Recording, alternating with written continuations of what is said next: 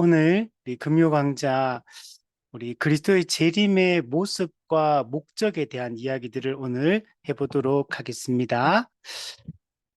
예수님의 재림은 인류 역사상 미래에 일어날 일 중에서 가장 중요한 사건이다라고 얘기를 할 수가 있습니다.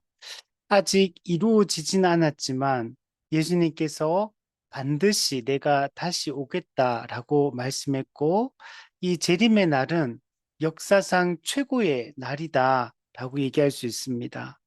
하나님이 천지를 창조할 때 이 꿈꾸셨던 그 세상이 완성되는 날이 여러분 주님의 재림이기 때문에 사실 가장 영광스러운 날이다라고 얘기를 할 수가 있고, 그래서 인류 역사상 최고의 날이 주님의 재림의 날이다.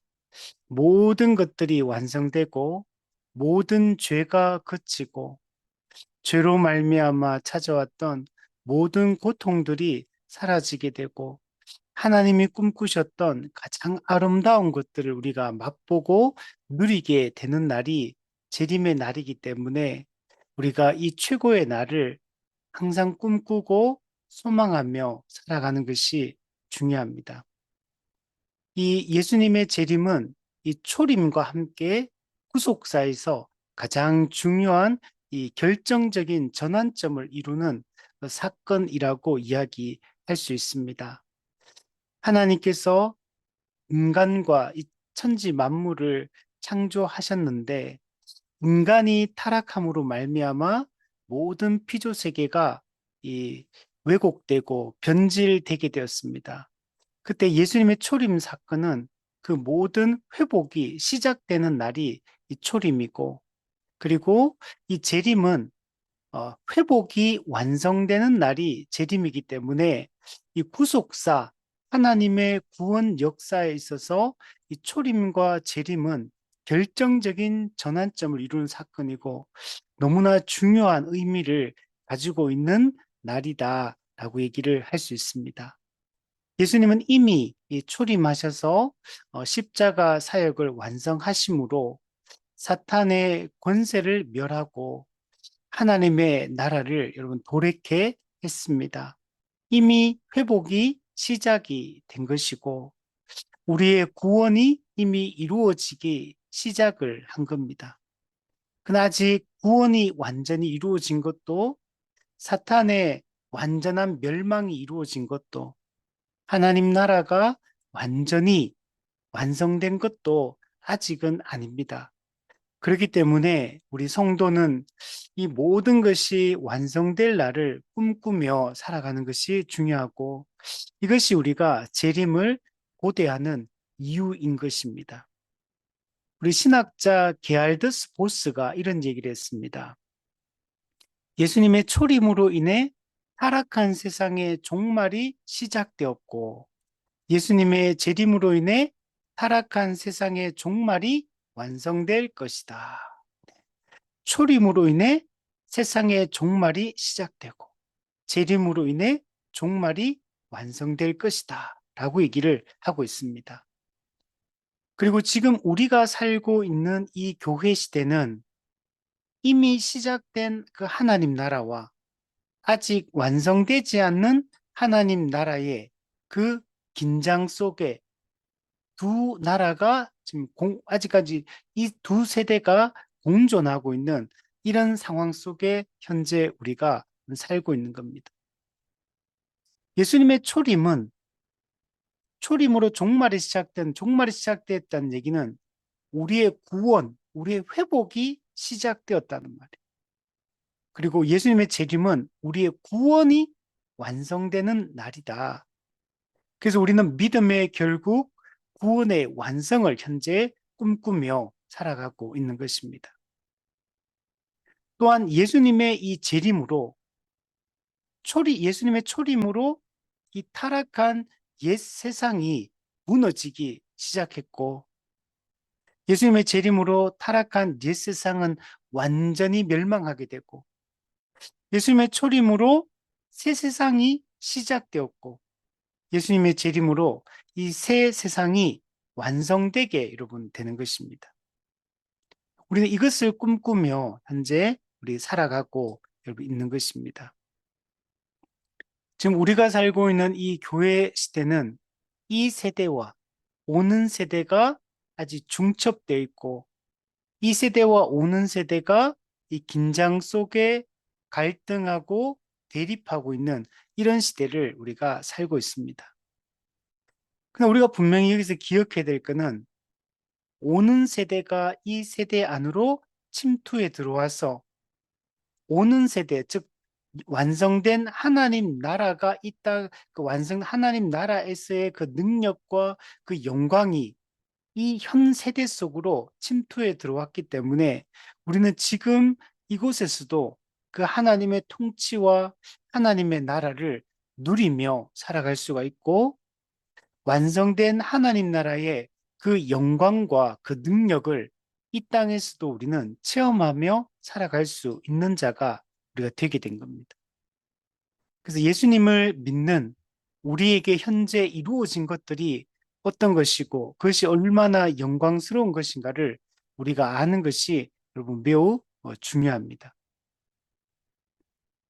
예수님께서 부활하시고 하나님 보좌 우편에 앉으신 그 순간부터 우리는 이 그리스도의 이 왕권 아래 우리가 살고 있고 예수 그리스도의 통치를 받으며 그분의 백성으로서 이 땅을 우리가 살고 있는 겁니다.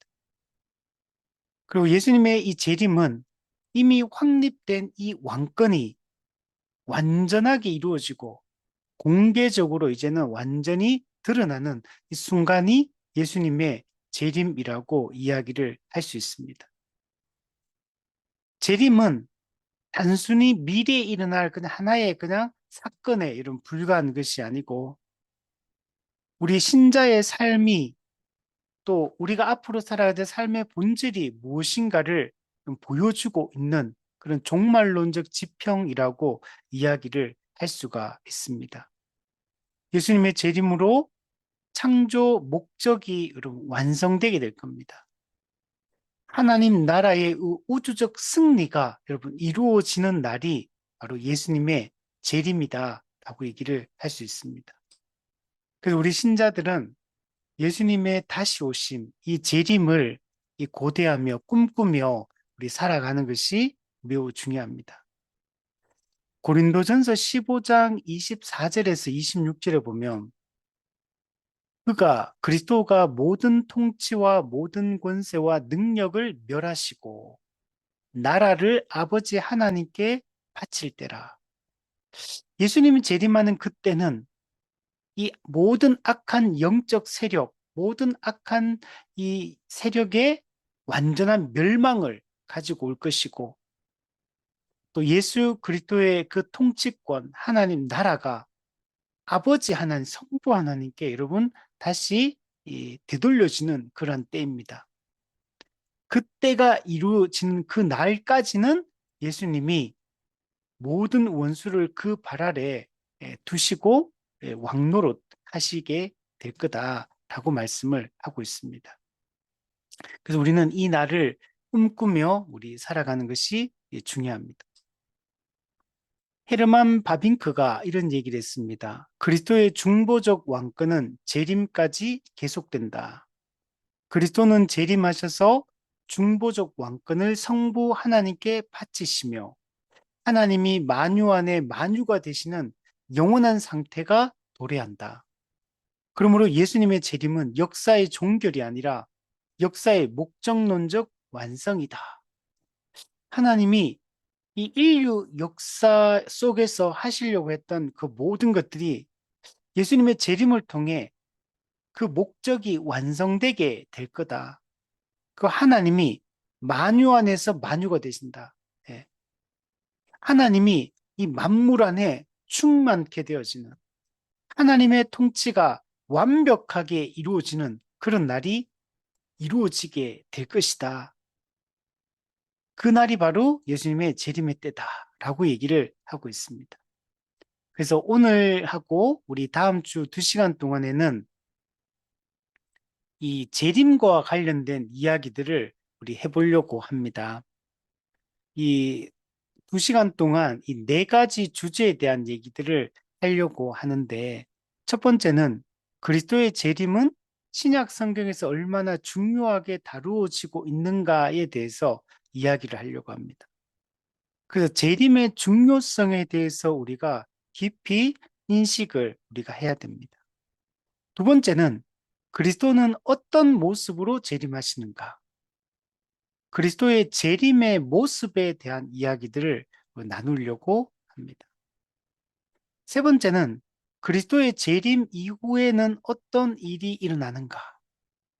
예, 재림 이후에 이루어질 일에 대한 얘기를 하고, 네 번째는 그리스도의 재림을 믿고 기다리는 성도들은 예수님이 재림하실 때까지 어떻게 살아야 하는가에 대한 얘기들을 우리 해보려고 합니다. 그래서 오늘은 이 2가지를 얘기하려고 하는데, 신약 성경에서 그리스도의 재림이 얼마나 중요하게 다루어지고 있는가, 네, 재림의 중요성에 대한 얘기들을 한번 살펴보고, 두 번째는 그리스도는 어떤 모습으로 재림하시는가, 그리스도의 재림의 모습 또는 재림의 특징에 대한 얘기들을 오늘은 2가지를 우리 나눠 보도록 하겠습니다. 먼저 신약 성경에 재림의 중요성에 대해서 아주 많이 강조를 하고 있습니다. 자, 첫 번째는 신약 성경에 재림에 대한 내용이 이 복음서부터 시작해서 요한계시록까지 예수님의 재림에 대한 이야기가 정말 많이 등장하고 있다는 걸 알 수가 있습니다. 그러니까 신약 성경 전체에 걸쳐서 예수님의 재림에 대해서 말씀하고 있다. 너무 많이 나오기 때문에 이걸 다 이야기하기 힘들 정도로 많은 부분에서 예수님의 재림에 대해서 이야기하고 있다라고 말할 수 있습니다. 첫 번째는 이 복음서에서 예수님의 재림에 대해서 많이 이야기를 하는데, 특별히 좀 집중적으로 이 예수님의 재림에 대한 얘기하는 성경 본문들이 있습니다. 예를 들면 마태복음 24장, 25장.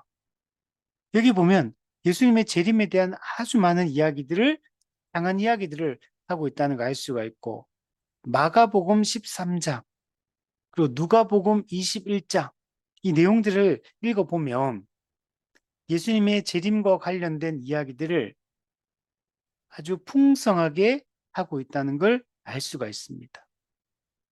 또 우리 서신서에 넘어오면 특별히 사도 바울이 데살로니가 후서에서 예수님의 재림에 대한 이야기들을 많이 하고 있는 걸 알 수가 있고, 예수님이 재림하실 때 어떤 일이 일어날지에 대해서 많이 기록하고 있는 본문이 데살로니가 후서라고 이야기를 할 수 있습니다. 뿐만 아니라 서신서를 읽어보면 요한의 서신, 베드로의 서신, 또 야고보의 서신, 또 바울의 서신, 이 신약성경, 이 히브리서에도 그렇고 이 모든 곳에 보면 예수님의 이 재림, 나타나심, 예수님의 이 강림에 대한 얘기들이 무궁무진하게 많이 강조되고 있고, 항상 예수님께서는 사도들 같은 경우에 보면 이 재림에 대한 이 소망, 이 미래에 대한 이 소망, 여기에 대한 얘기들을 많이 하고 있다는 것들을 알 수가 있습니다. 또한 우리 요한계시록을 보면 특별히 재림에 대한 이야기들이 많이 등장하고 있다는 걸 알 수가 있습니다. 요한계시록은 예수님의 재림을 중심으로 예수님의 이 십자가 죽음과 부활, 그리고 재림할 때까지 이 교회의 모습에 대한 얘기, 또 이 초림과 재림 사이의 세상의 모습에 대한 이야기들을 많이 하고 있고, 그리고 예수님의 재림 때 이 말, 이 최후 심판에 대한 이야기들을 많이 하고 있는 걸 볼 수가 있습니다. 우리 지난번에 보았던 것처럼 우리 최후 심판 또 종말 전쟁에 대한 이야기들을 우리 요한계시록에서 많이 담고 있다는 걸 우리가 살펴볼 수 있었습니다. 그리고 요한계시록에는 예수님의 재림 이후에 교회가 받을 영광스러운 그 구원에 대한 이야기들도 또 구원의 모습에 대한 얘기들을 많이 묘사하고 있는 것을 우리는 살필 수가 여러분 있습니다. 특별히 요한계시록에는 계시록 17장부터 20장까지 보면 최후 심판에 대한 이야기들을 하고 있습니다. 그리고 계시록 21장, 22장은 예수님 재림 이후에 이루어질 구원의 이 완성된 하나님 나라의 모습에 대한 얘기들을 하고 있는 걸 볼 수가 있습니다. 요한계시록은 1장에 딱 들어서는 순간부터 예수님의 재림에 대한 이야기를 소개하고 있거든요. 특별히 가장 중요한 요한계시록 1장 7절에 보면 볼지어다 그가 구름을 타고 오시리라.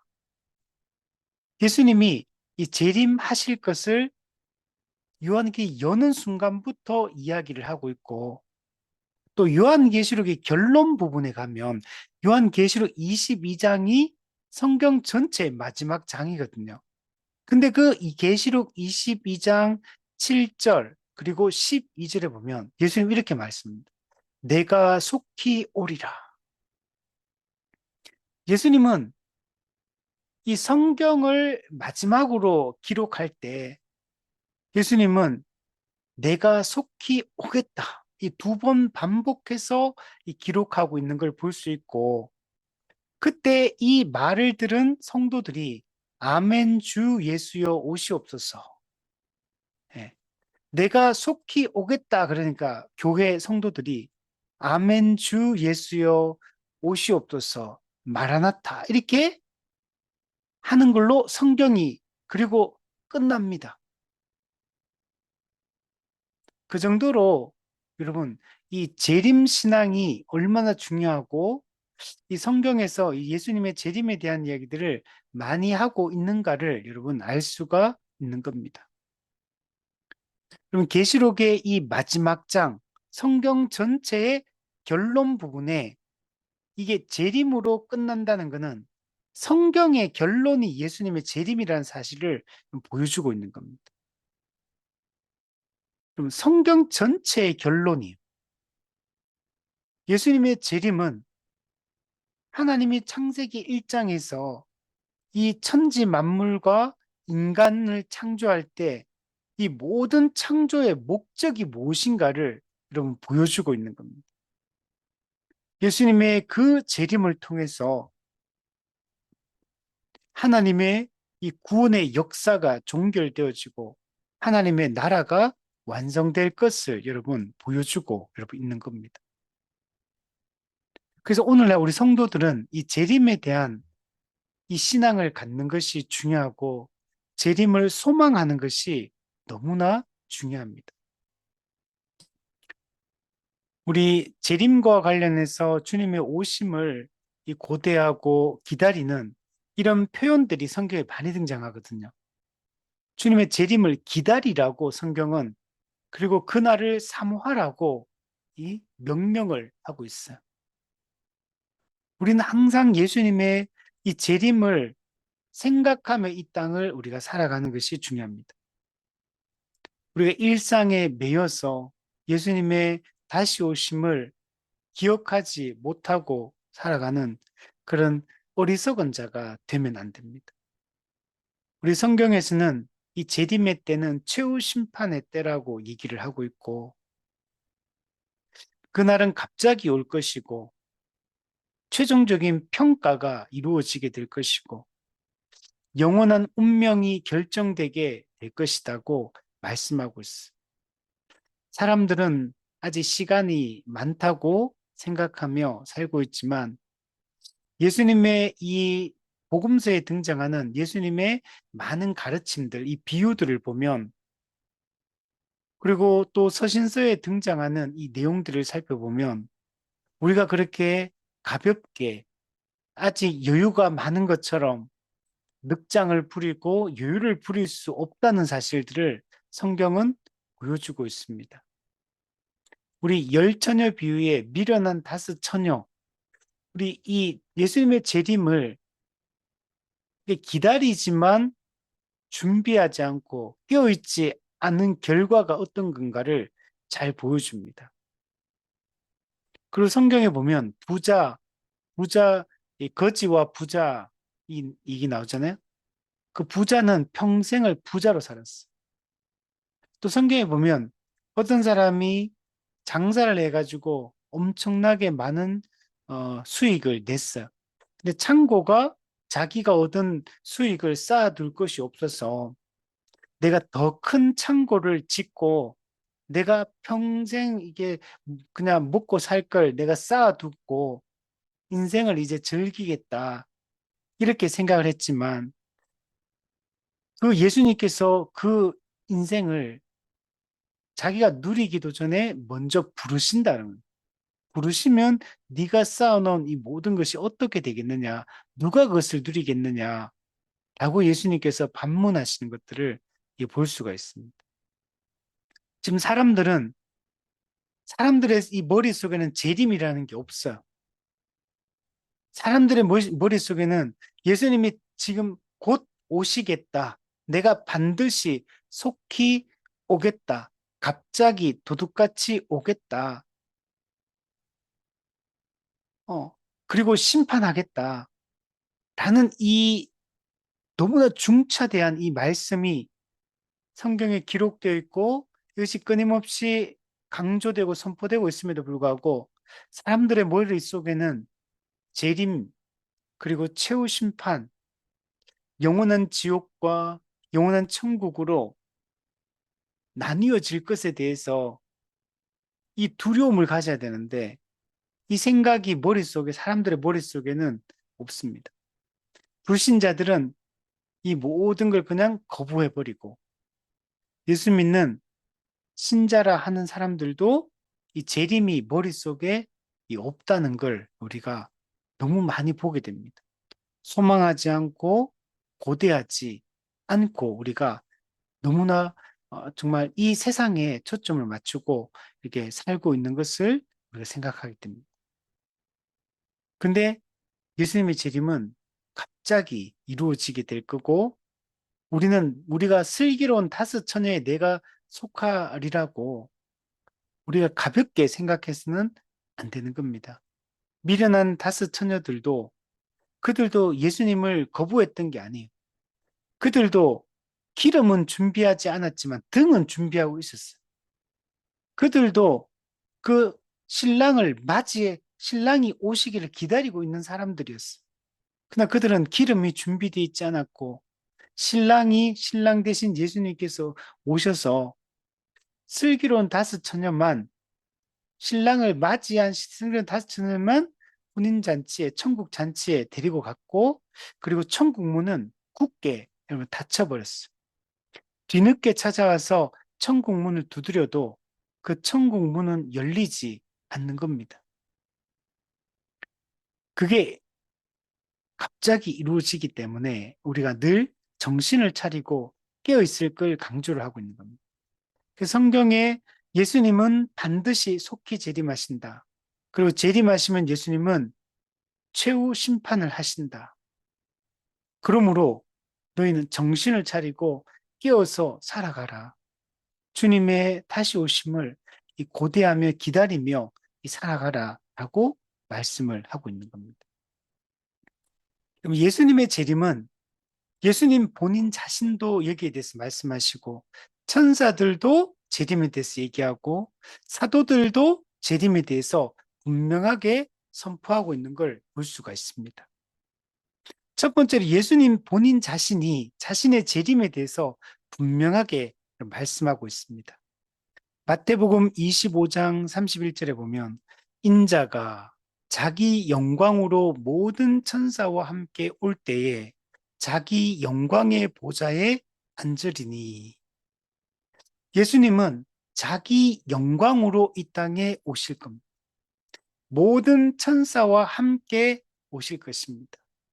그리고 자기 영광의 보좌, 이 심판의 보좌에 앉으셔서 모든 만물을 심판하실 것입니다. 자, 또한 예수님은 십자가에 달리시기 전에 다락방에서 고별 설교를 하시거든요. 그때 예수님께서 이렇게 말씀합니다. 요한복음 14장 2절 3절에 보면 내 아버지 집에 거할 곳이 많도다. 그렇지 않으면 너희에게 일렀으리라. 내가 너희를 위하여 거처를 예비하러 가노니 가서 너희를 위하여 거처를 예비하면 내가 다시 와서 너희를 내게로 영접하여 나 있는 곳에 너희도 있게 하리라. 네, 예수님이 십자가에 죽으시고 부활하신 후에 하늘로 승천하시거든요. 근데 예수님이 내가 거처를 예비하러 간다. 이렇게 말씀합니다. 그리고 내 가서 너희를 위하여 거처를 예비하면 내가 다시 와서 너희를 내게로 영접하고 나 있는 곳에서 너희도 함께 있게 하겠다. 라고 말씀합니다. 물론 여기서 거처는 다른 곳이 아니고 이 변질된 이 옛 세상의 회복을 얘기합니다. 이 세상의 이 회복, 이 세상의 이 재창조를 통해서 이곳에 하나님의 나라가 이루어지게 여러분 됩니다. 분명한 것은 예수님이 내가 다시 올 거고 이 예수님을 고대하고 기다리던 자들은 내게로 영접하겠다라고 말씀을 하고 있습니다. 그리고 예수님과 영원히 함께 있게 하겠다라고 말씀을 하고 있습니다. 우리는 성경의 이 명백한 이야기들을 마음에 담아두어야 돼요. 교회 다니는 사람 치고 재림에 대해서 모르는 사람은 없을 겁니다. 이 이야기를 들어보지 않은 사람은 없습니다. 아, 나도 다 알고 있다. 예수님 재림하는 나도 다 알고 있다. 그러나 알고 있는 것으로 되는 게 아니라 정말 이것을 믿느냐. 정말 재림을 성경은 고대하라고 그날을 사모하고 기다리라고 말씀하고 있는데 그 기다리는 자가 참된 그리스도인인데 정말 이 재림을 기다리느냐, 정말 고대하느냐, 정말 재림을 믿느냐, 영원한 이 재림하셔서 최후 심판을 하신다는 그 이야기를 진짜 믿고 그것을 사모하고 있느냐, 이것이 여러분 중요한 것입니다. 지식적으로 나도 재림 알고 있다. 알고 있는 것으로 되는 게 아니고 정말 우리의 마음의 중심에서 그 재림을 믿고 기다리고 고대하는지 그리고 그것을 재림을 준비하고 있는지 예수님 신랑 되신 예수님을 맞이할 준비를 하고 있는지를 우리가 생각해 보아야 됩니다. 천사들도 예수님의 재림에 대해서 분명하게 말씀하고 있습니다. 예수님은 부활하신 후 40일 만에 그 감람산에서 제자들이 보는 가운데 승천하십니다. 우리 사도행전 1장에 보면 예수님은 죽으시고 사흘 만에 부활하십니다. 그리고 부활하시고 40일 동안 이 땅에 계시면서 하나님 나라의 일에 대해서 제자들에게 가르칩니다. 그래서 하나님 나라에 대한 이야기를 40일 동안 하니까 제자들이 이스라엘 나라를 회복하심이 이때니까 라고 물어봅니다. 즉 하나님의 나라를 회복하실 때가 이때입니까? 라고 말하니까 예수님께서 때와 시기는 너희가 알 바 아니오. 예, 때와 시기는 너희가 관심을 둘 영역이 아니다. 그런 너희가 관심을 두어야 될 것은 오직 성령이 너희에게 임하시면 너희가 권능을 받고 예, 예루살렘과 온 유대와 사마리아와 땅 끝까지 이르러 내 증인이 될 것이다. 라고 말씀하신 이후에 예수님은 제자들이 보는 앞에서 그 감람산에서 하늘로 올라가십니다. 가시적으로 보는 데에서. 그리고 예수님은 이렇게 말씀합니다. 너희 가운데서 하늘로 올려지신 이 예수는 하늘로 가심을 본 그대로 다시 오시리라 라고 천사가 이야기를 합니다. 그래서 좀 이게 잘못된 종말론에서는 예수님 재림 때도 이 스가랴 말씀을 가지고 예수님이 이스라엘 땅 감람산에 저기에 재림할 거다 이런 식으로 이야기를 하는 경우도 있는데 그거는 맞지가 않고 네. 어쨌든 중요한 거는 하늘로 올려지신 예수님은 하늘로 가심을 본 그대로 다시 재림하실 것이다. 천사가 분명하게 이야기를 하고 있고, 예수님이 재림하실까지 너희가 관심을 가져야 될 것은 성령이 임한 이후에 너희가 이 복음의 증인, 부활의 증인이 되는 것이다. 그래서 땅 끝까지 이 복음의 증인의 이 사명을 감당하며 주님의 재림을 고대하고 기다릴 것을 이 명령을 하고 있습니다. 그러면 사도들도 마찬가지예요. 사도 베드로도 예수님의 재림을 분명하게 선포하고 있는 걸 볼 수 있어요. 베드로전서 1장 13절에 보면 그러므로 너희 마음의 허리를 동이고 근신하여 예수 그리스도께서 나타나실 때 너희에게 가져다 주실 은혜를 온전히 바랄지어다. 그리스도께서 나타나실 때의 나타나심, 이게 재림을 이야기합니다. 그때 예수님이 재림할 때 우리 성도들에게 우리에게 하나님이 가져다 주실 은혜가 있다고 말해요. 그리고 가져다 주실 그 은혜를 온전히 바라며 이 땅을 살아갈 것을 명령을 하고 있는 겁니다. 여러분, 그때 예수님이 재림하셔서 우리에게 가져다 주실 은혜가 어떤 거겠습니까? 이 재림 이전에 초림과 재림 사이의 이 교회 시대의 우리의 상태와는 완전히 달라집니다.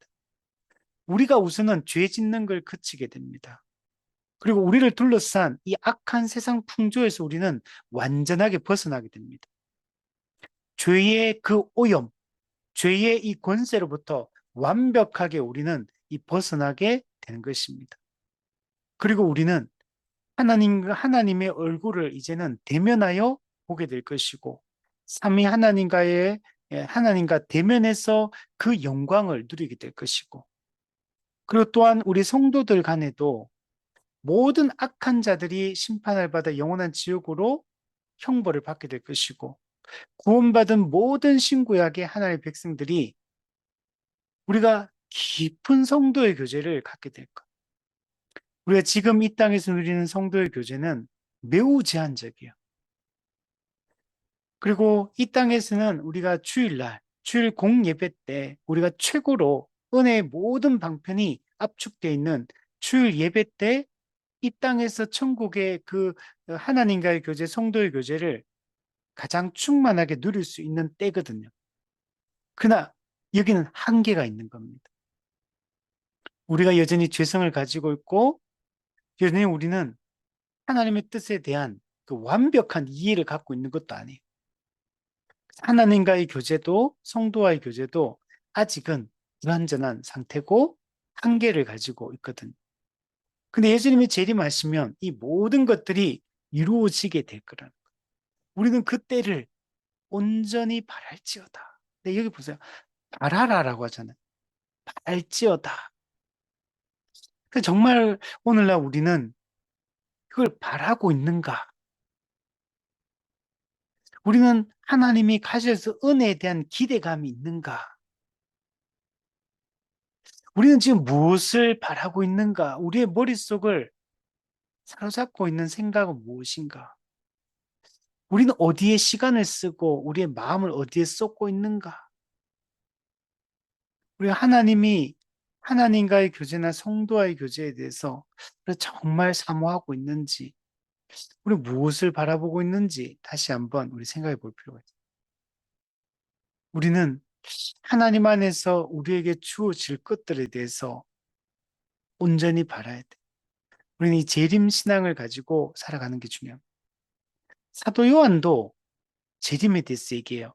요한일서 3장 2절에 보면 사랑하는 자들아 우리가 지금은 하나님의 자녀라 장래에 어떻게 될지는 아직 나타나지 아니하였으나 그가 나타나시면 우리가 그와 같을 줄을 아는 것은 그의 참모습 그대로 볼 것이기 때문이다. 여러분, 예수님이 다시 나타나시면 우리가 그와 같을 줄 안다. 네. 우리가 그리스도와 같아질 것이다. 네. 물론 우리가 그리스도가 된다 이건 아닙니다. 그리스도가 가지신 그 영광에 동참하고 그리스도가 부활의 몸을 입고 이 죄로부터 온전히 떠난 것처럼 우리도 그리스도와 같이 영광스럽고 영원한 그 몸을 갖게 될 것이고 우리 속에 있는 모든 죄성이 제거되어서 이제는 그리스도를 더 닮아가고 더 그 그리스도와의 깊은 교제를 우리는 나누게 여러분 될 겁니다. 제가 이번 주에 우리 BLF 산하 우리 성모견 우리 수련회 다녀왔습니다. 2박 3일 동안 우리 다녀왔는데 이번에 너무 좋았어요. 너무 좋고 또 이렇게 우리 수련회 가면 좋잖아요. 근데 여기는 우리 성경적 목회, 성경적 교회를 꿈꾸는 전국의 이 담임 목사들이 모여서 함께 강의를 듣고 토론하고 또 집회를 하고 기도회를 하고 또 이제 숙소에서 또 이제 또 이야기를 동역자들과 많은 이야기들을 나누고 너무 좋더라고요. 이게 여러분 우리 말씀 수련회 가면 너무 좋거든요. 근데 일반 성도들과 목회자들과 다 같이 모여서 이렇게 하면 너무 좋은데 근데 또 이게 목회자들의 또 이 모임은 또 다른 게 있어요. 여기는 또 다루는 주제도 더 깊이가 있고 또 엄청 빡십니다. 가면은 막 가서 노는 게 아니고 계속 강의 듣고 토론하고 계속 진행이 돼요. 막 사례 발표 이런 거 하고 우리가 이 성경적 목회를 어떻게 할 거냐, 어떻게 성경적 교회를 이룰 거냐, 이 성경의 가르침들 하나하나들을 어떻게 실제적으로 적용할 거냐, 여기에 대한 이야기들을 나누고 그래서 여기는 깊은 주제들을 다뤄요. 이번에는 주제가 교회 직분에 대한 얘기를 했거든요. 직분에 대해서 나름 저도 공부를 많이 하고 했는데 이번에 가서 새롭게 알게 된 게 너무 많았어요. 교회 직분이라는 게, 야, 이런 거였구나. 그러니까 물론 이제 그전에도 알고 있었죠. 공부하고 관심을 갖고 연구하고 계속 해왔는데도 불구하고 이 집중적으로 이 교회 직분에 대한 얘기를 나누고 이렇게 하면서 이 직분이 어떻게 이게 만들어지게 되는지 그 역사적 배경에 대해서도 더 깊이 있게 살피고 다루고 직분의 분화. 그게 이제 교회사 가운데 이 직분이 어떻게 교회 속에 적용되었고 또 직분이 왜곡되었고 이 직분의 회복을 위해서 어떤 노력을 다했고 실제적으로 이 직분이 교회 안에서 어떻게 이제 구체적으로 시행돼야 되고 그렇게 시행됐을 때 나타나는 그 결과와 또 이제 직분이 잘못 이게 오해되고 잘못 적용되었을 때 나타나는 이 부작용과 단점들 이런 다양한 이야기들에 대해서 이야기를 나눴거든요.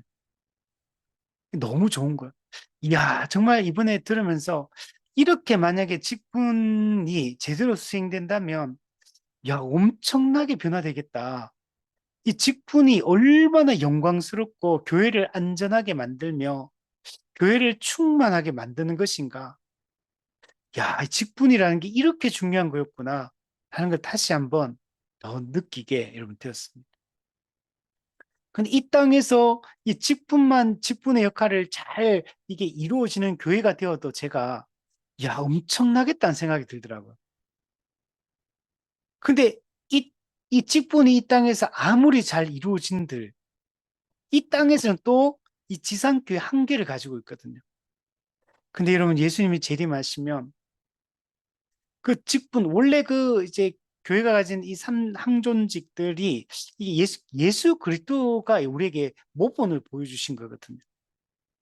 근데 그게 지금 이 땅에서는 이 인간 직분자를 통해서 이게 실현이 되고 있는데 이게 이 땅에서 불완전한 가운데 이 지상교회에서 이루어지는 것도 이 제대로 된 이해와 제대로 된 적용이 제대로 된 이 실천이 이루어지면 야 엄청나겠다는 생각이 드는데 근데 이게 예수님 재림 이후에 이 모든 것들이 완벽하게 이루어지는 그 세상이 되는 거기 때문에 이거는 도저히 상상이 안 되는 이런 내용입니다. 재림이라는 게 우리 이 땅에서 가지고 있는 이 모든 한계, 모든 그것들을 극복하는 모든 것들이 완벽하게 극복되어지는 그 세상이 재림 때거든요. 우리가 이것을 고대하지 않고 그리스도의 참모습 그대로 볼 그날을 우리가 그리스도인이 소망하지 않는다면 정말 우리의 믿음을 다시 한번 우리가 점검해 보고 정말 우리가 건강한 교회인가, 건강한 성도인가, 그것들 우리가 좀 돌아봐야 되겠다. 라는 생각이 많이 들었습니다. 사도 바울도 재림에 대해서 끊임없이 강조를 합니다. 예수님의 재림이 그리스도의 구속 사역이 완성되는 시점으로 이해합니다.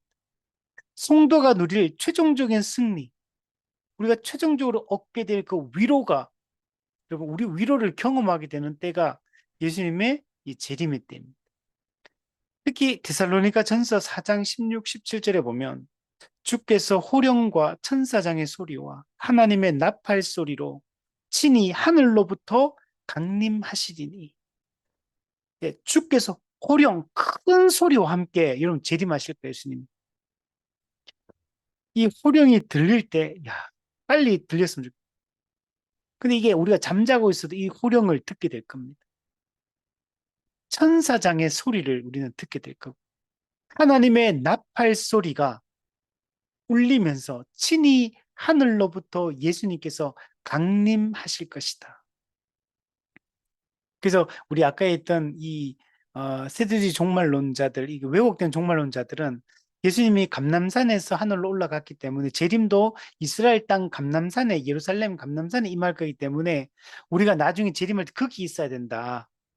우리 지구 반대편에 있으면 우리는 안 보여. 예수님 재림하는 게 반대편에 있어가지고 그런 게 아니란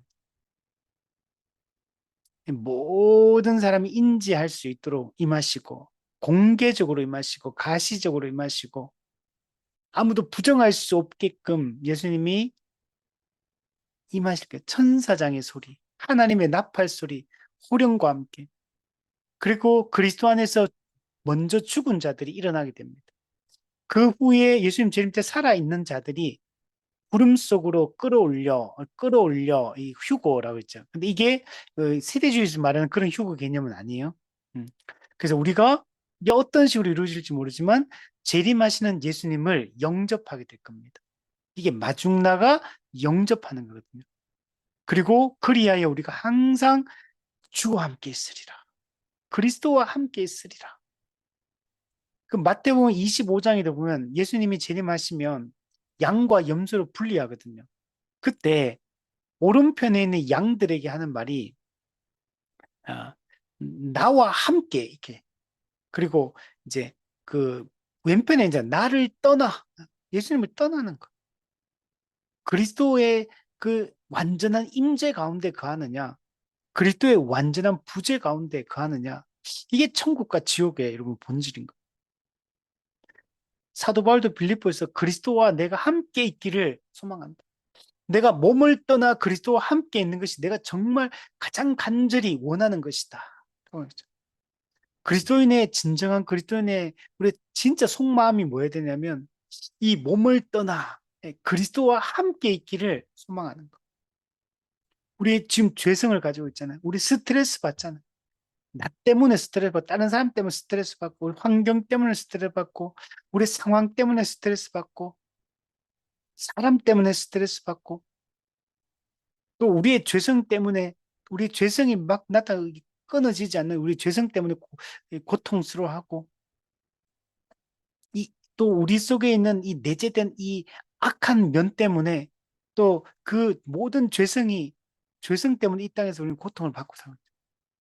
이 모든 것으로부터 우리가 벗어날 날을 소망 그리고 또한 더욱더 그리스도와 함께 있는 것의 그 기쁨 하나님의 그 온전하심을 이 바로 그리스도의 참모습을 우리가 눈으로 얼굴과 얼굴로 대면하여 그것을 맛보고 누리게 될 하나님 삼위 하나님의 그 아름다우심과 그분의 그 영광과 그분의 위엄을 우리가 온전하게 그것을 누리고 그것을 맛보게 될 그날을 소망하며 살아야 돼요.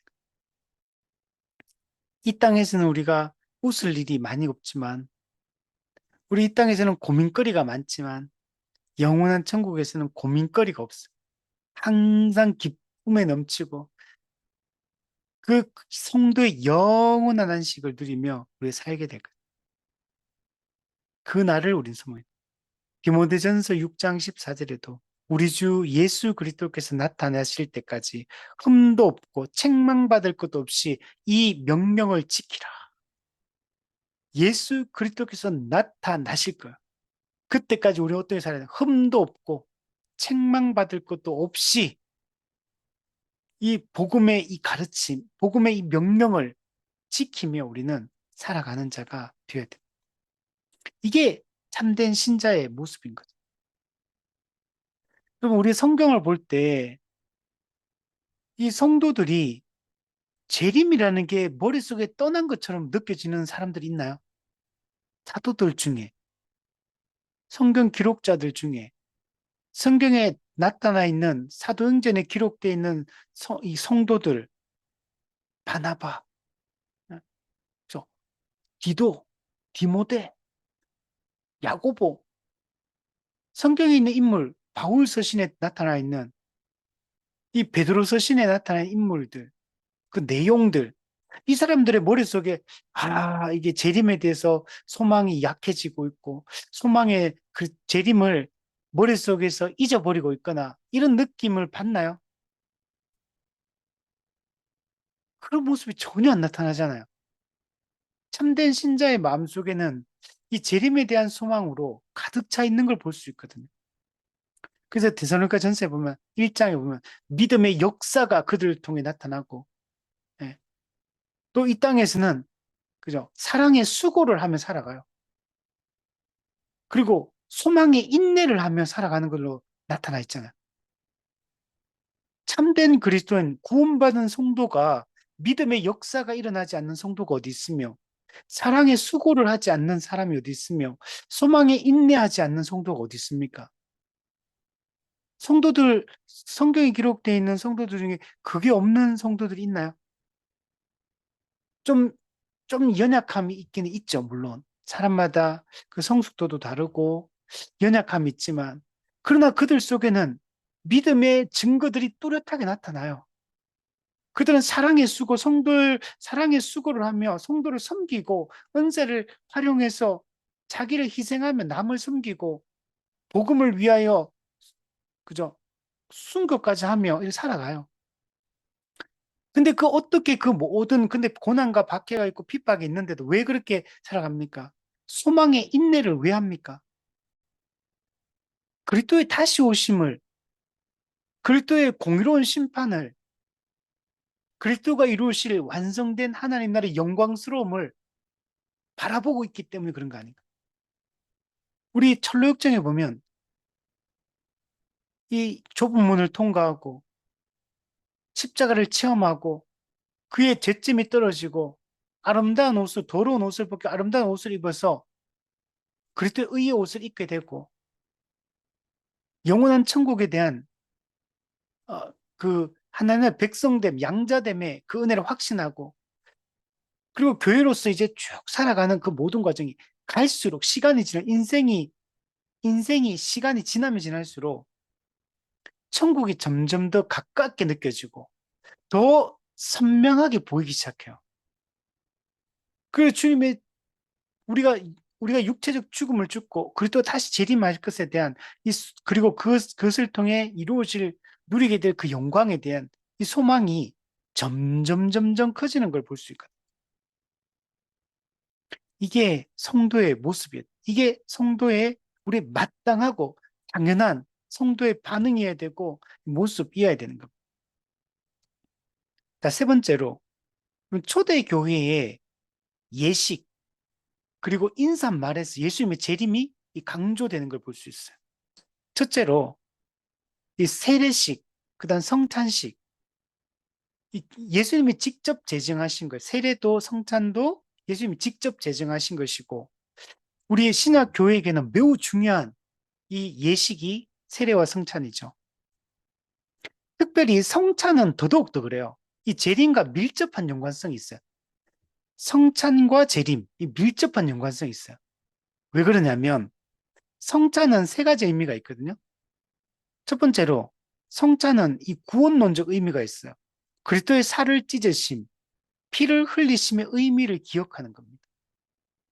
우리가 그리스도라는 한 떡, 그리스도의 한 피에 참여한다는 걸, 한 지역교회로서 우리가 참여한다는 걸 성찬에 참여함으로 그것을 우리는 이 보이는 이 말씀, 보이는 복음을 직접 오감으로 느끼는 거예요.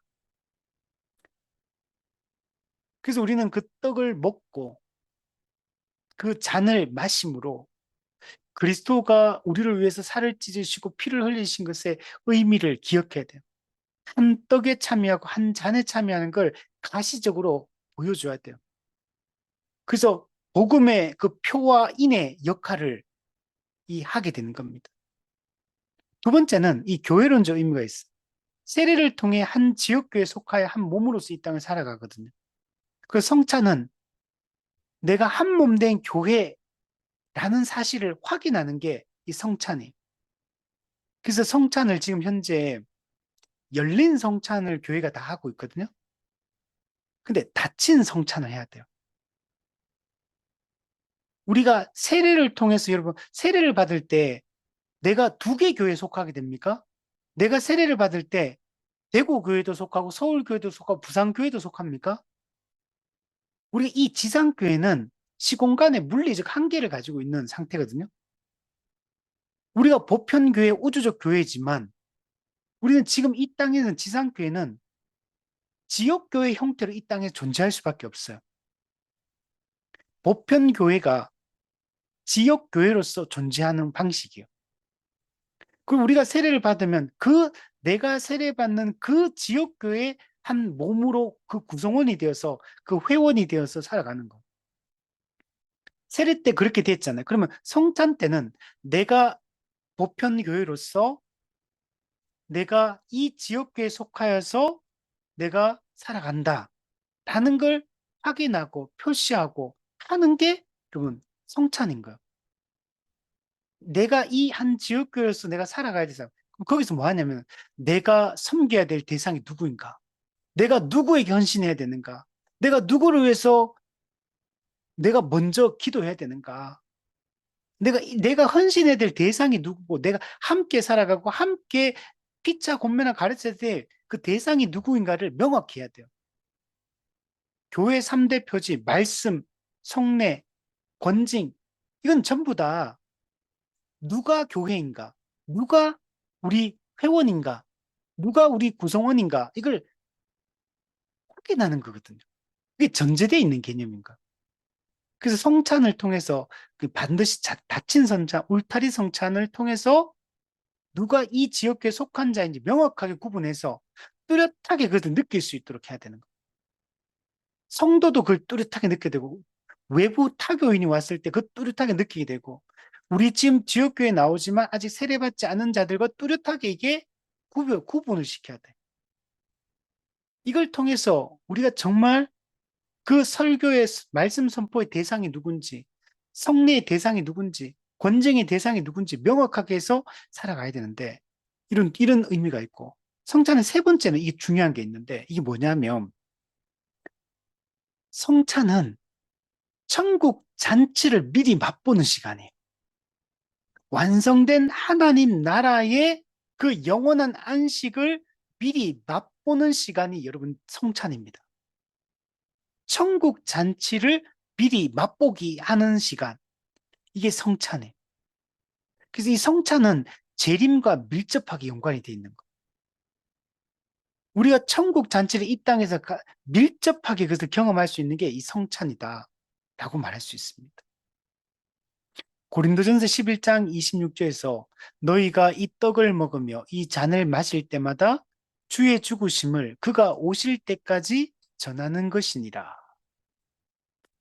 이것은 죄 사함을 얻게 하려고 많은 사람을 위해 흘리는 바 나의 피 곧 언약의 피니라.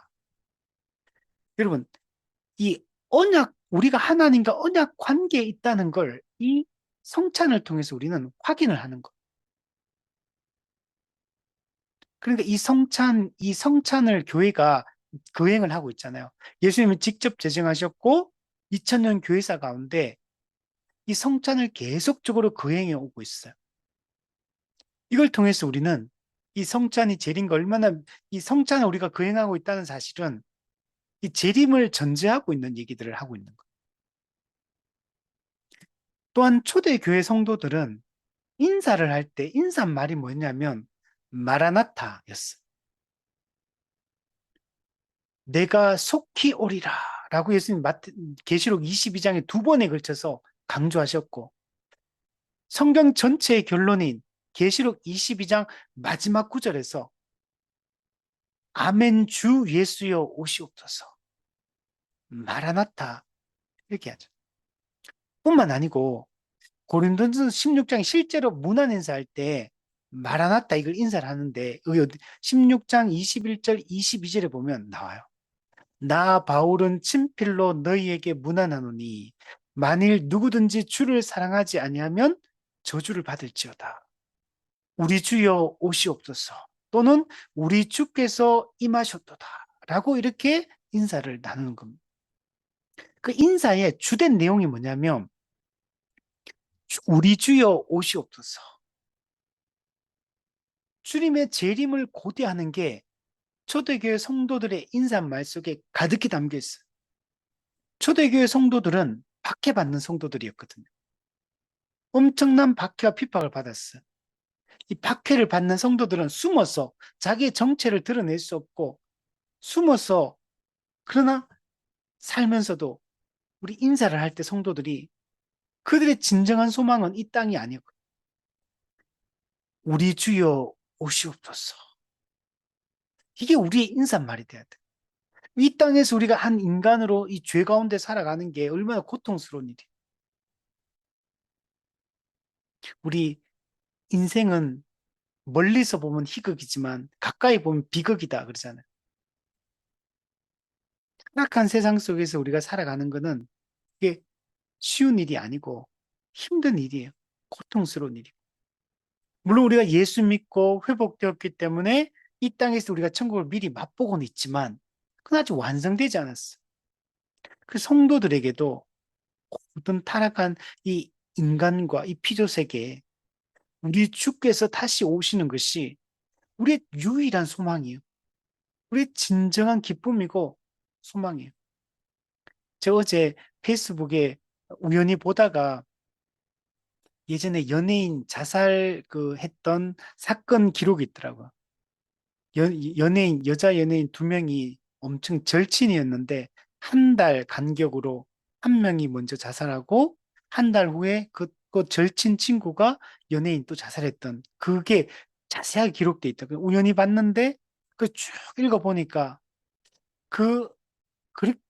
그렇게까지 된 것에 그, 그 마음이 좀 이해가 되더라고요. 심정이. 와, 얼마나 힘들고 절망적이었나. 그랬으면, 물론 잘은 모르겠지만, 이런 선택을 했을까. 이런 생각이 그냥 그 글을 봤을 때 그런 생각이 들더라고요. 우리나라가 자살공화국, 전 세계 자살률 1위잖아요. 하루에도, 하루 뉴스 안 나와서 그렇지, 하루 매일 자살하는 사람 우리나라가 숫자가 엄청 많거든요. 그죠? 우리가 살아도 그냥 버티며 힘든 그걸 버티는 사람도 얼마나. 근데 우리에게는 진정한 소망이 있는 겁니다. 주님이 재림하심으로 온전한 세상이 온다는 것. 선하신 하나님이 통치하시는 그 아름다운 세상이 우리 가운데 온다는 겁니다. 우리는 그날을 소망해야 되는 거예요. 자, 예수님이 다시 오실 때 그럼 어떤 모습으로 오시는가? 예. 이단들은 예수님의 재림의 모습에 대해서 왜곡된 이야기들을 많이 합니다. 이단이 아니더라도 예수님의 재림에 대해서 교회 안에서의 종말론을 잘못 설명하는 부분들이 상당히 많아요. 자, 몇 가지로 나눠 생각해 볼 수 있는데, 첫 번째, 예수님의 재림은 인격적으로 재림하십니다. 완전한 한 인격적인 모습, 완전한 인간으로서, 완전한 신으로서 이 땅에 예수님은 재림하시게 됩니다. 사도행전 1장 11절에 너희 가운데서 하늘로 올려지신 이 예수는 하늘로 가심을 본 그대로 오시리라. 예수님이 나중에 무슨 유령처럼 오는 것도 아니고 그냥 신성만 가지고 오는 것도 아니에요. 예수님은 신성과 인성이 결합된 상태에서 완전한 하나님, 완전한 인간으로 이 땅에 오시게 됩니다. 우리를 구원하기 위해 이 땅에 예수님은 친히 다시 재림하시겠다. 이 구원을 완성하기 위해서. 그리고 이단 이 교주들 같은 경우에 자기가 재림 예수다 이렇게 주장하는 사람이 많거든. 내가 이긴 자다. 내가 백마탄 자다. 내가 재림 예수다. 이런 얘기 하는데 그래서 영적으로 예수님은 이미 재림하셨다. 그리고 내가 이단 교주 자기가 예수님이 영적으로 재림한 그 재림 예수가 자기와 결합해서 자기가 그래서 재림 예수다. 이런 식으로 얘기하고 자기 몸에 들어왔다는 거예요. 근데 이게 옳지 않은 거예요. 예수님은 하늘로 가심을 본 그대로 다시 인격적 재림을 하실 것이다. 라고 얘기합니다. 자, 두 번째는 육체적 재림이다.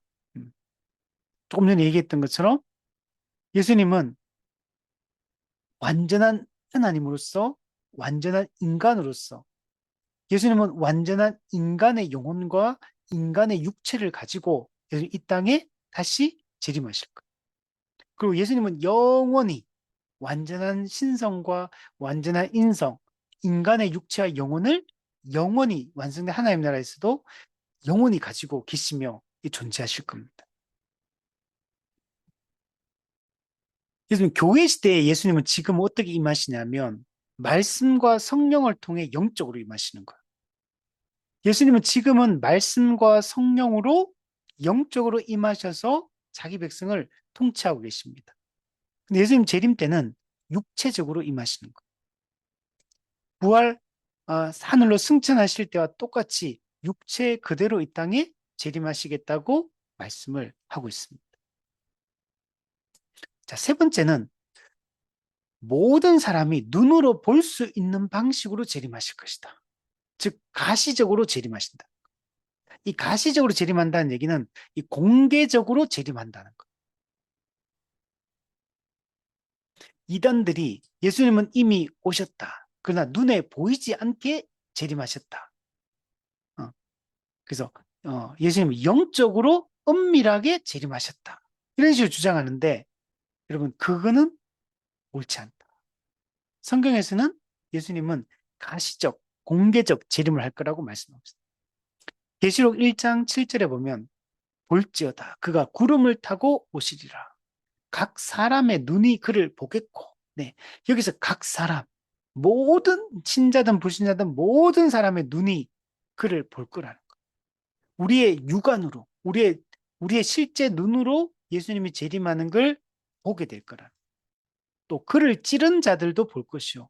여기서 예수님을 찌른 자들은 로마 군병을 얘기한다기보다는 예수님을 찌른 자들은 모든 인간을 얘기합니다. 우리 그리스도의 십자가 존 스토트 목사님 그 우리 십자가 강의할 때 제가 얘기했었죠. 가장 직접적으로는 로마 군병이 찔렀어. 뭐 로마 군병에게만 책임이냐? 아니에요. 그 명령한 사람은 본디오 빌라도예요.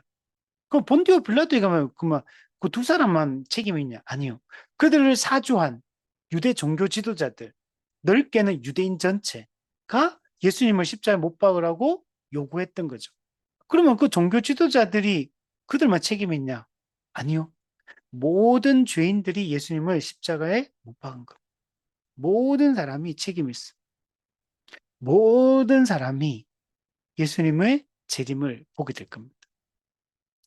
그래서 벌카우어가 이런 얘기를 합니다. 재림의 가시성은 단순히 물리적 시각의 문제가 아니다. 예, 물론 물리적으로 분명히 눈으로 보겠고 봅니다. 근데 그 의미는 어떤 거냐면 그것은 그리스도의 통치의 완전한 공개적 계시다. 예수님의 재림의 가시성. 이제 예수님이 왕으로 이 땅에 임해서 내가 이제 영원히 왕으로 통치하겠다라는 걸 공개적으로 밝히시는 이 계시하시는 사건이 이 재림이다. 지금 믿음의 눈으로만 볼 수 있는 그분의 왕권이 재림 때는 모든 피조물의 눈에 명백하게 드러나게 될 것이다. 모든 피조물의 눈에 예수님의 왕권이, 그분의 통치가 이제 드러나게 여러분 될 거라고 말합니다. 자, 네 번째. 여러분, 예수님의 재림은 갑작스러운 재림이 될 겁니다. 갑자기 생각하지 않은 때에 도둑같이 예수님의 재림이 여러분 이루어지게 될 것이다 라고 말합니다. 마태복음 24장에 보면 44절에 보면 이러므로 너희도 준비하고 있으라 생각하지 않은 때에 인자가 오리라. 예, 생각하지 않은 때. 그러니까 재림의 징조라는 건 없는 겁니다. 생각하지 않은 때 예수님은 재림하실 것이다. 예수님의 비유에서는 예상하지 못한 시각에, 예상하지 못한 시각에 갑자기 임할 걸 얘기해요. 또한 마태복음 24장 37절 39절에 보면 노아의 때와 같이 인자의 임함도 그러하리라. 즉 인자의 임함, 예수님의 재림, 이거는 노아 때하고 똑같은 양상이 될 거다라고 얘기합니다.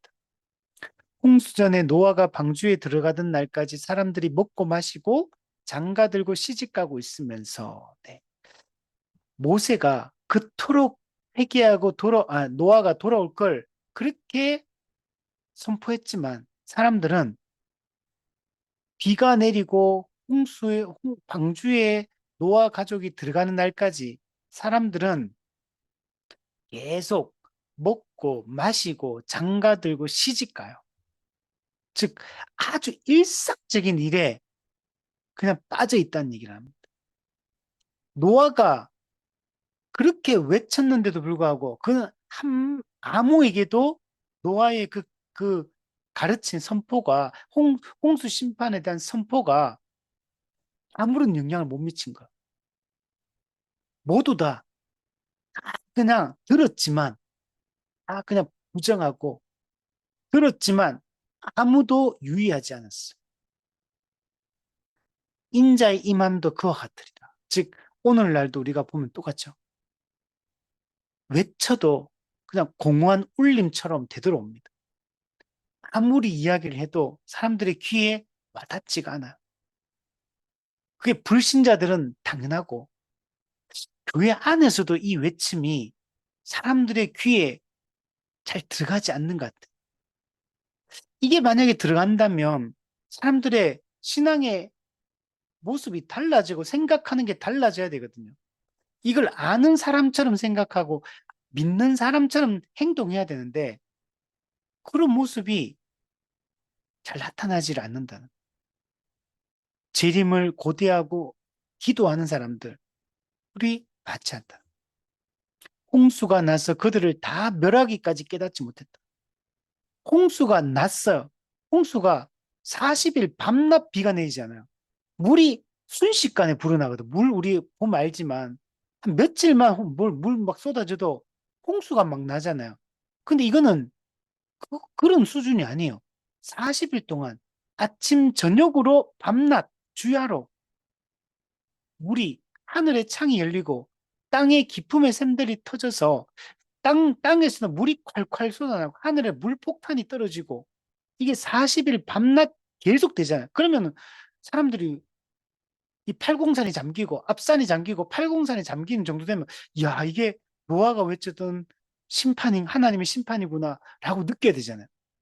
백두산이 잠겨도 모르고 에베레스트 산이 잠겨도 모르고 K2가 잠겨도 모르고 다 죽어가면서 마지막 한 명이 마지막 최고로 높은 산에 올라가가 꼴깍 숨 넘어가면서도 이게 노아가 외쳤던 하나님의 심판이라고 생각하지 못하고 그냥 홍수가 나서 그들을 다 멸하기까지 깨닫지 못해요. 돌이키지 않아요.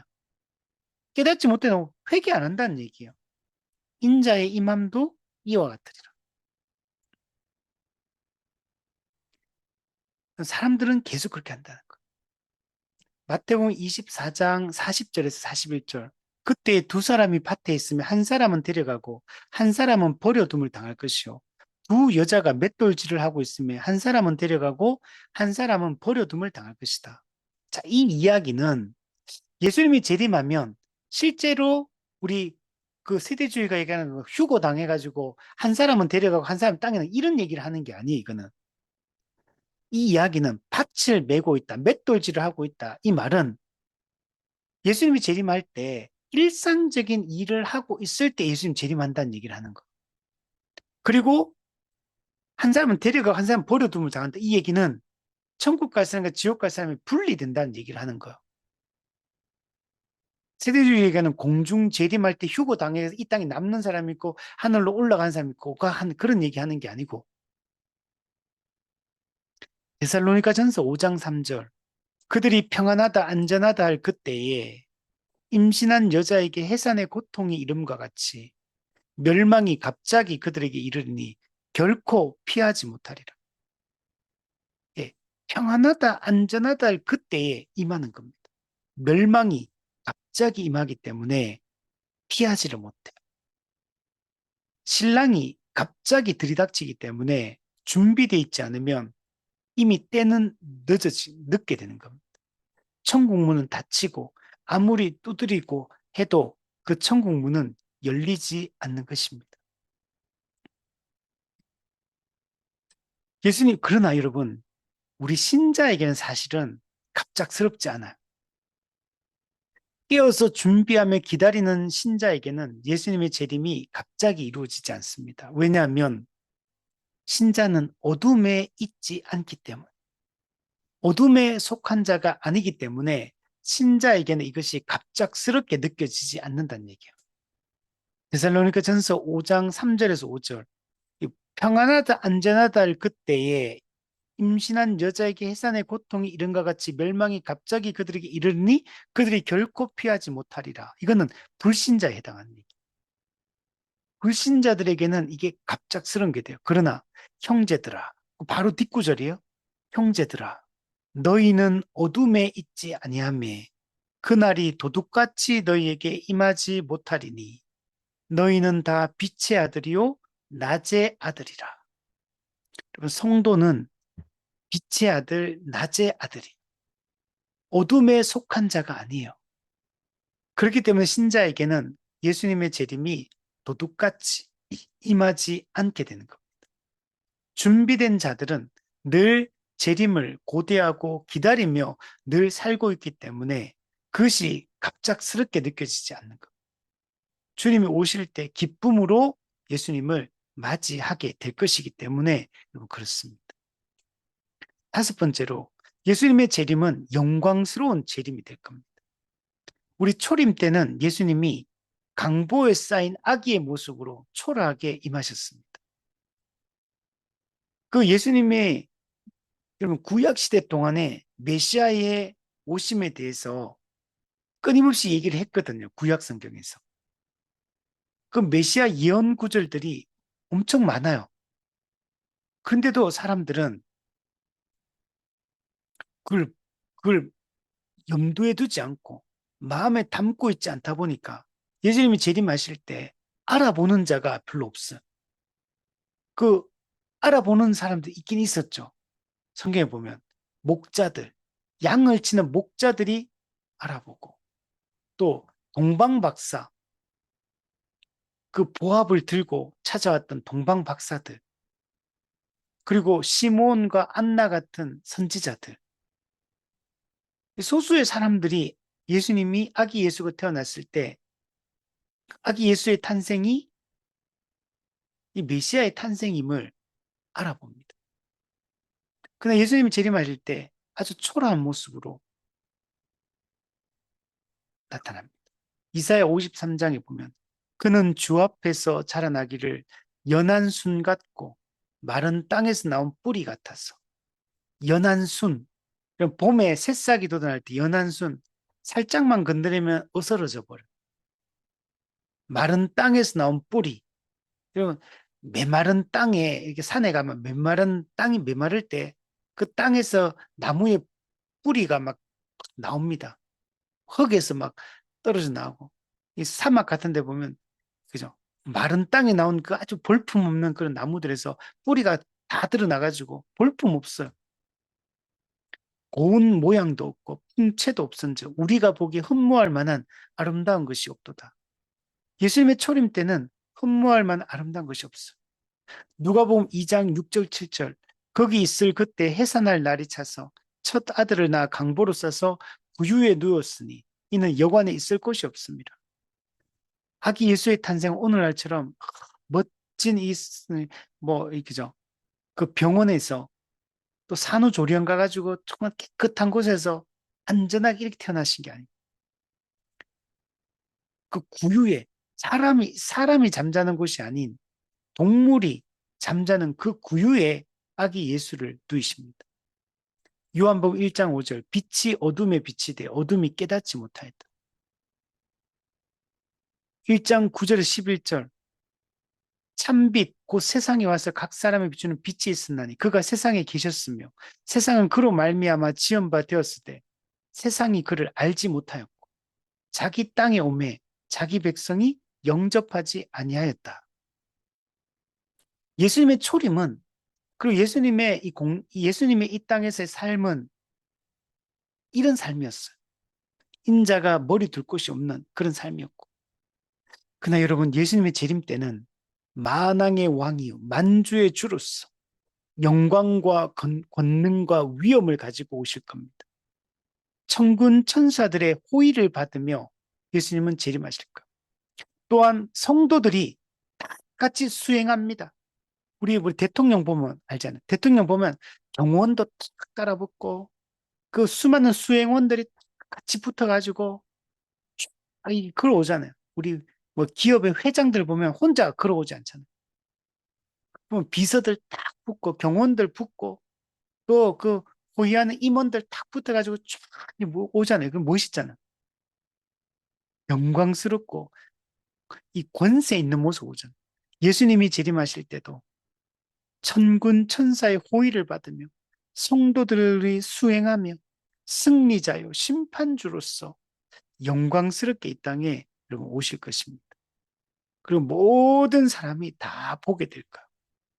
데살로니가 후서 1장 7절에 보면 환난을 받는 너희에게는 우리와 함께 안식으로 갚으시는 것이 하나님의 공이시니 주 예수께서 자기의 능력의 천사들과 함께 하늘로부터 불꽃 가운데 나타나실 때 자기 능력의 천사들과 함께 오실 거고 하늘로부터 불꽃 가운데 나타나실 거고 살전 3장 13절에도 우리 주 예수께서 그의 모든 성도와 함께 강림하실 때 모든 성도들을 대동하고 강림하십니다.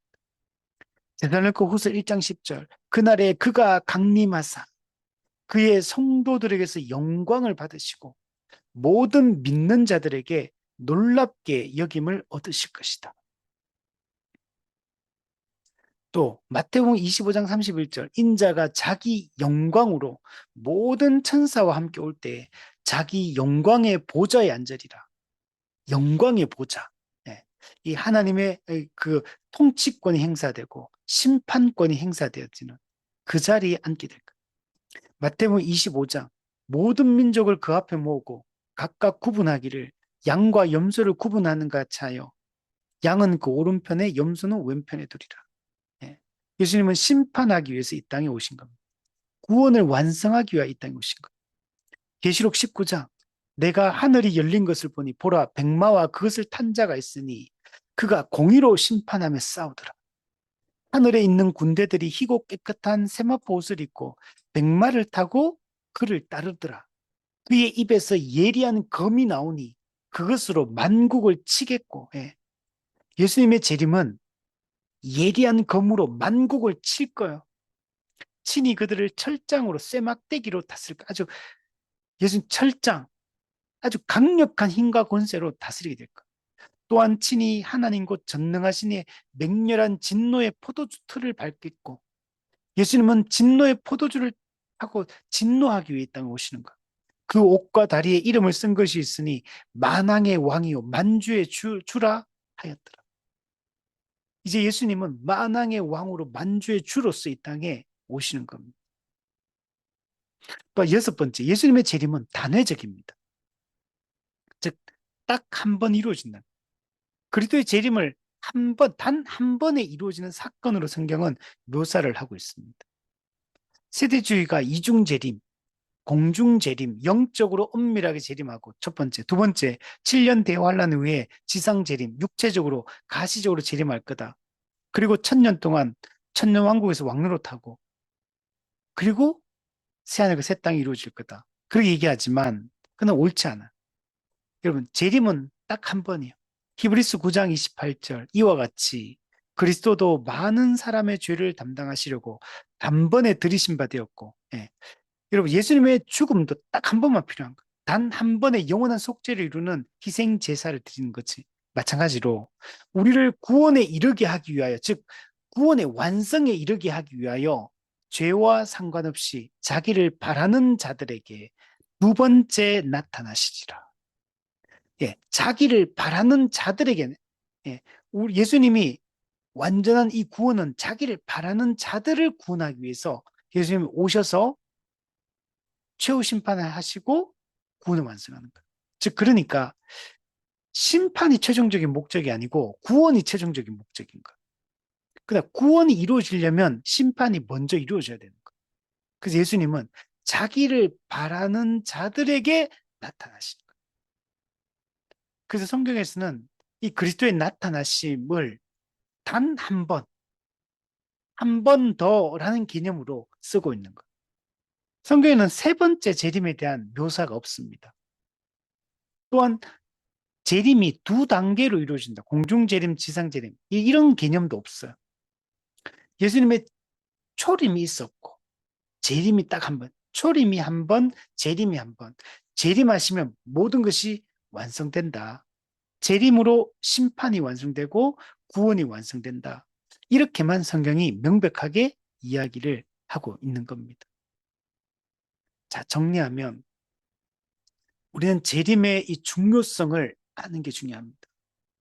이 복음 신약 성경 전체에 걸쳐서 재림에 대한 이야기들을 얼마나 많이 하고 있는지 예수님께서도 사도들도 성경의 많은 인물들이 이 재림에 대한 이야기들을 하고 있다.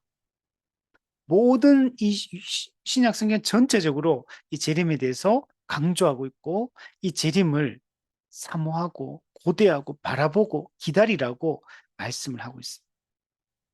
예수님이 재림하셔서 공의로운 심판을 하실 거기 때문에 우리는 정신을 차리고 이 땅에서 깨어 있어야 된다. 그리고 재림의 때를 우리는 알지 못하기 때문에 항상 정신을 차리고 있어야 돼.